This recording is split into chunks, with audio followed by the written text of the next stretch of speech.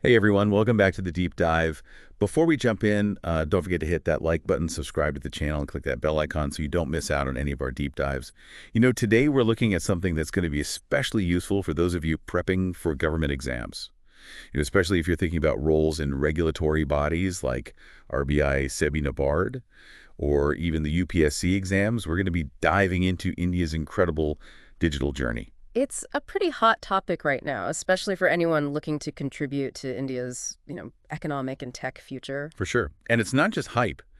India has made this incredible jump, 11 spots, landing at 49th in the 2024 Network Readiness Index, the NRI. Yeah. It's a big improvement from their 60th position just last year in 2023. Yeah, the NRI is really a comprehensive measure. It looks at a country's digital readiness. I mean, it analyzes everything, the tech infrastructure, digital literacy, government policies, and, just the overall impact of tech on the economy and society as a whole. So yeah, climbing 11 spots, that's a big deal. And it's not just the overall ranking either. India is actually leading the world in a few areas. Did you know that they're ranked first in AI scientific publications, AI talent concentration, and ICT services exports? Yeah, it really shows you how committed India is to fostering innovation. They're really building a strong foundation in those emerging technologies like AI. Mm-hmm. And it's not just research. I mean, look at their second place ranking in FTTH internet subscriptions. That's fiber to the home, right? Hmm. Super fast internet. Exactly. And Yeah. mobile broadband traffic and international internet bandwidth. So you see, they're not just focusing on the research, they're also thinking about practical implementation, building that world-class digital infrastructure. It's like they've gone from, catching up to actually setting the pace Yeah, back exactly. in this whole global digital race. And all this is fueled by some seriously ambitious government initiatives, too. They're not just adopting the tech, they're using it for economic growth and for good for society. Which brings us to the Digital India program, launched back in 2015. Yeah. This initiative, it's about more than just getting people online. It aims to create a digitally empowered society and a knowledge-based economy. It's a holistic approach, really. Yeah. Digital transformation focusing on infrastructure, on digital literacy, and making government services accessible to everyone online. And one of the biggest outcomes of that has been the incredible growth of internet subscribers. Mm-hmm. I mean, going from 25.1 crore to 94.4 crore in just a decade, Yeah. those are some big numbers. It really shows how those public-private partnerships can work, how effective they can be in driving change on a massive scale. Right. But it's not just about getting people connected. The Digital India program, it also puts a lot of emphasis on digital literacy, Mm-hmm. training millions of people, even in really remote areas, to use those digital tools. Imagine the possibilities for communities when they can do that. I Yeah. mean, farmers can get real-time weather information. Students in these tiny villages can connect to online learning platforms. Small businesses can, reach out to wider markets. And then you have this move towards digitized government services, greater transparency, more accessibility for citizens. And this is super crucial for anyone who's, aspiring to work in these regulatory bodies or in civil services. Absolutely. Understanding how the government is using technology to change how things are governed and how services are delivered, that's essential. The Digital India program is a prime example of that. It shows how policy and actual implementation can come together to achieve these ambitious goals. Yeah, and this whole idea of connecting the entire nation that's amplified by the Farhatnet project, Right. this unbelievably ambitious initiative to connect all of India's 2.5 lakh gram panchayats, the village councils, Yeah. with high-speed broadband. You're right. Bridging that digital divide between urban and rural areas is so important, for equitable growth and development. Right. If there's reliable internet access, even the most remote communities can benefit from these e-governance services. Right. Online education, healthcare, agricultural support. It really is about bringing those benefits of the digital world to everyone, no matter where they are. Absolutely. And that commitment to inclusivity, it's also in their leap into the 5G era. Right. Remember how India jumped from 118th to 15th in global mobile broadband speed rankings in just a year after they launched 5G services in 2022? Wow, yeah. That's a remarkable change. It shows they're not just adopting the tech, but they're building this really solid infrastructure for growth in the future. Mm-hmm. The government's been proactive in partnering with telecom operators to expand that 5G infrastructure across the country. And that focus on high-speed connectivity, it's going to be super crucial, especially in rural areas, Yeah. to realize the full potential of all these other initiatives. Right, and that's where the 5G Intelligent Village initiative comes in. Exactly. It's about using this advanced technology to close those connectivity gaps and drive innovation, in the places that need it the most. It's not just about faster internet. It's about using 5G to empower rural communities and make new things possible in things like agriculture, education, healthcare. It's fascinating to see how India is thinking long-term. Right. They're not just happy with 5G. They're already looking at becoming a global leader in 6G technology with their Bharat 6G vision. They're already investing in research and development for 6G. Wow. And they're focusing on homegrown technology, building expertise in AI, IoT, blockchain, all of which will be so important for the next generation of digital technologies. So they're rolling out 5G super fast, but they're already looking ahead, preparing for what's next. This kind of forward thinking, it's definitely something that, aspiring policymakers and regulators should be paying attention to. For sure. Understanding the way technology is developing, anticipating those future trends, it's crucial for effective policymaking. Absolutely. Now let's dive into a policy document that's super relevant for those of you prepping for exams like the UPSC, or if you're aiming for roles in those regulatory bodies. Yeah. The National Digital Communications Policy of 2018, or NDCP 2018. This document lays out India's vision for building a thriving digital economy. And it's not just about connecting people. It's about creating this environment that attracts investment, promotes jobs in the digital sector, and makes sure that everyone in India has access to information and services. And that broadband for all, part of the NDCP, it's really important. Yeah. It shows that the government is committed to making sure that everyone benefits from these digital advancements, not just a select few. Right. And for anyone who's aiming to work in policymaking, this is crucial.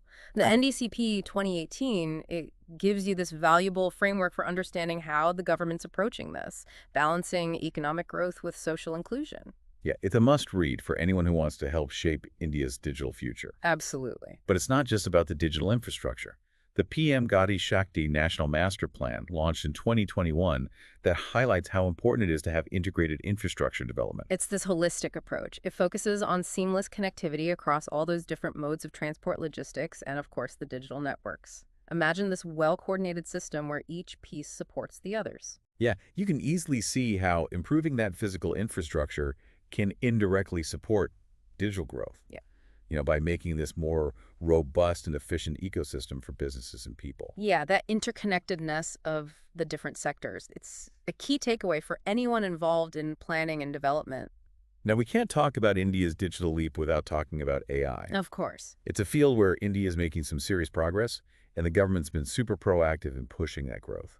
Yeah, the National Artificial Intelligence Strategy spearheaded by NITI Aayog really shows how ambitious India is when it comes to becoming a global leader in AI research and development. And they're putting their money where their mouth is. Mm-hmm. They're supporting innovation through research institutions and through partnerships with private companies, and they're getting results. According to Accenture, AI could boost India's annual growth rate by a whole 1.3 percentage points by 2035. That's huge. Yeah, it's a massive potential impact on the economy. And it's not just theoretical research. Remember those top rankings we talked about?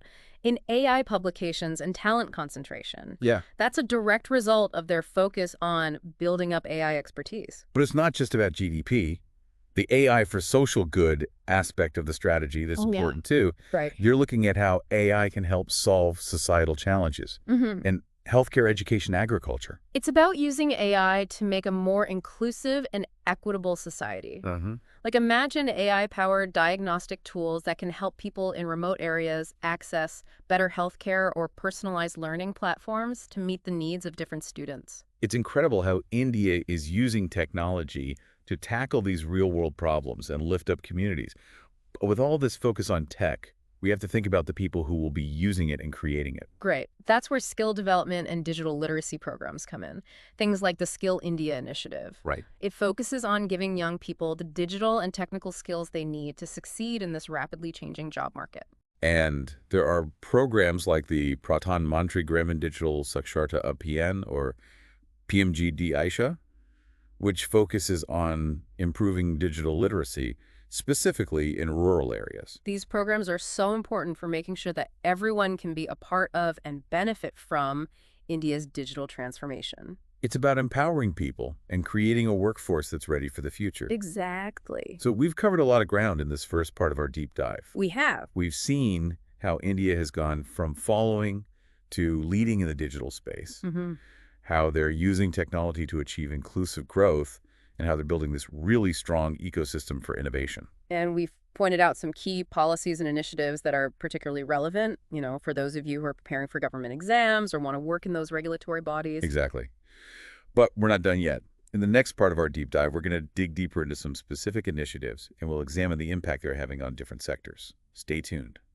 Welcome back to our deep dive into India's digital transformation. We're picking up right where we left off, exploring those policies and initiatives that are, reshaping India's digital landscape, but also creating those exciting career paths, for anyone interested in governance and regulation. Yeah, and today we're going to dig even deeper. Unpack some of the finer points of these policies, especially for those of you aiming for roles in regulatory bodies like RBI, SEBI, NABARD, even those prestigious UPSC exams. In the last part, we were talking about the National Digital Communications Policy of 2018. Right. Now let's look at another crucial document, the National Strategy for Artificial Intelligence, launched by NITI Aayog. This strategy is fascinating. It's not just about, stating ambitions. It actually lays out a concrete roadmap. Right. With recommendations you can act on for promoting AI research development and adoption across different sectors. It's like a goldmine for aspiring policymakers. For sure.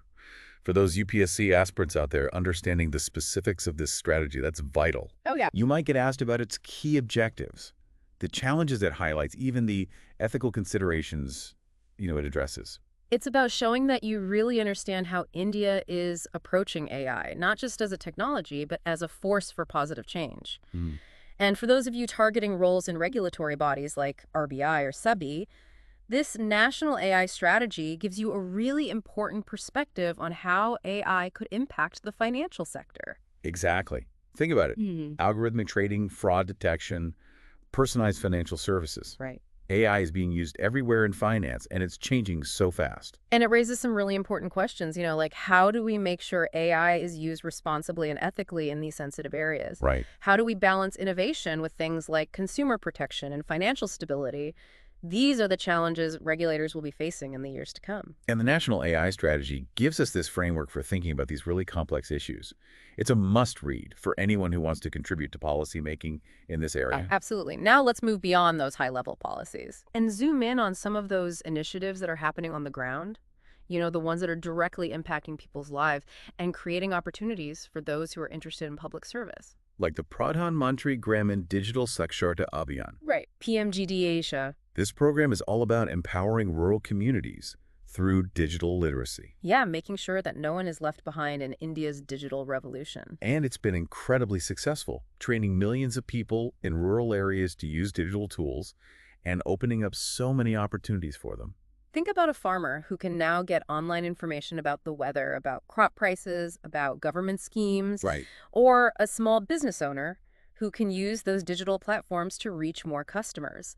These are real, tangible examples of how digital literacy can lead to economic empowerment and better livelihoods. Yeah, and that focus on inclusivity, we see that over and over again in India's digital initiatives. It's not just about building fancy new technologies. It's about making sure that everyone benefits from them. Exactly like the Faratnet project. Connecting all those gram panchayats with high-speed broadband, breaking down those digital barriers between urban and rural areas. Or the 5G Intelligent Village Initiative. Right. Using 5G to promote rural innovation, bringing the benefits of cutting-edge technology to the people who need it most. And even that AI for social good, part of the national AI strategy, Right. It's all about using AI to solve those societal challenges in healthcare, education, agriculture. It shows that India's digital transformation is not just about the technology, it's about people. It's about using tech to connect people, empower communities, create a more equitable society. Aspiring civil servants, this is something you should really be paying attention to. Absolutely. It's about understanding how policy can be used for good, not just for economic growth. It's a model that's gaining recognition all over the world, It highlights India's leadership in using tech for inclusive development. But it's not just the government that's driving this change. The private sector is playing a huge role, too. Right? The government's been great at partnering with private companies. They recognize that collaboration is key for innovation and for scaling up these initiatives. We see it in how broadband access has expanded the rollout of 5G, even in AI research and development. hmm These partnerships are crucial for bringing in expertise investment and the ability to adapt to these constantly changing tech landscapes. And for those of you who want to work in the private sector, particularly in tech, hmm India's landscape is dynamic and exciting. The opportunities are endless. From startups to huge multinational companies, everyone's looking at India's digital potential. Right. And that creates this really vibrant ecosystem for people with the right skills and ambitions. Yeah. But like any fast-paced change, there are challenges. Of course, things like cybersecurity, data privacy, the digital literacy gap, those all need careful consideration and effective policy solutions. These aren't just technical issues. Right. They're societal issues. They need a deep understanding of how technology law and ethics all interact. And that's where opportunities open up for those of you who want to work in regulatory bodies. Exactly. Navigating these complex challenges, you need innovative thinking, strong analytical skills, and you need to be committed to finding solutions that balance progress with responsibility. It's about understanding the potential risks that come with new technologies and developing regulations that promote innovation while protecting people and society as a whole. And that's where a strong grasp of policy frameworks, legal principles, ethical considerations that become so important. For those targeting roles in bodies like RBI, SEBI, NABARD, these are the skills that will make you stand out. So as we wrap up this part of our deep dive, I want to emphasize that India's digital journey, it's not just about technology, it's about human progress. It's about using innovation to create a better future for everyone. And for those of you listening who are inspired by this and want to be a part of it, India is the place to be. Whether you want to work for the government, the private sector, or even start your own business, the opportunities are there. But it's not just about the opportunities. It's about responsibility. Right. It's about using your knowledge and skills to make sure that India's digital transformation benefits everyone, that no one is left behind. And that's a mission worth fighting for. Join us for the last part of this deep dive, where we'll explore some specific sectors where India's digital revolution is really having an impact, and we'll discuss what the future holds for India as it keeps moving forward into the digital age. And don't forget to like, subscribe, and hit that notification bell so you don't miss the final part of this deep dive. Welcome back to the deep dive, everyone. We're in the final stretch now of our exploration of India's digital transformation, and this is where it gets really interesting. For those of you who are dreaming of a career in public service or, the regulatory landscape. Yeah, we've talked about those big policies, the driving forces behind this digital leap. Now, let's zoom in on some specific sectors where we're seeing real change happening and where there are a ton of opportunities, for people with the right skills and ambitions. And you can't talk about impactful sectors without starting with healthcare, right? I mean, it's been completely changed by technology, especially after we all went through the pandemic. Absolutely. India has been so quick to adapt. We're seeing all these telemedicine platforms, online pharmacies, even AI-powered diagnostic tools. It's amazing to think, a specialist in a big city can consult with a patient in a remote village just through video conferencing. Yeah. Providing access to quality healthcare that just wasn't possible before. Or AI algorithms analyzing medical images to catch those early signs of disease. Right. That could save so many lives through early intervention. These are just a couple of examples of how digital tech is making healthcare more democratic, more accessible, more affordable, and more effective for millions of people in India. And it's not just about access. Digital tools are making healthcare better and more efficient, too, like electronic health records. They're streamlining how doctors keep track of patient history, how they coordinate care, and how they make decisions. And with the government pushing for the Ayushman Bharat digital mission, right, which aims to build this unified digital health ecosystem, we can expect to see even more game-changing developments in the next few years. And that's where it gets exciting. For those of you who want to work in healthcare, policy, or regulation, understanding how these digital tools are changing the system, spotting those potential challenges, figuring out frameworks to make sure data is used responsibly and ethically, those are going to be essential skills. Absolutely. Now, let's shift gears a bit and look at another sector where technology is having a huge impact: agriculture. Yeah. India is an agrarian economy, we all know that. Yeah. And supporting farmers is key to its economic growth. The government has been using tech to boost agricultural productivity and improve the lives of farmers. Remember we talked about the PMGD Ajusha program earlier? Yeah. Giving farmers those digital skills they need to get essential information online. But it goes beyond that. We're seeing more and more mobile apps that give farmers advice, personalized advice on everything from how to manage their crops and control pests to connecting them directly with buyers. Right.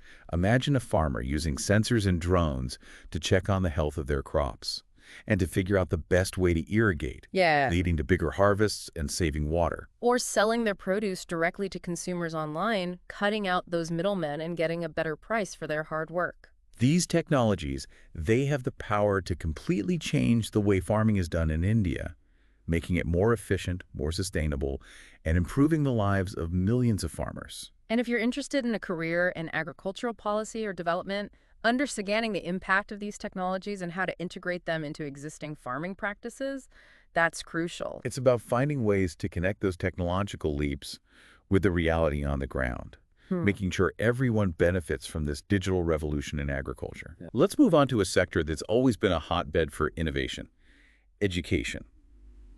The pandemic really forced schools and universities to embrace online learning, and we saw this explosion of edtech startups in India.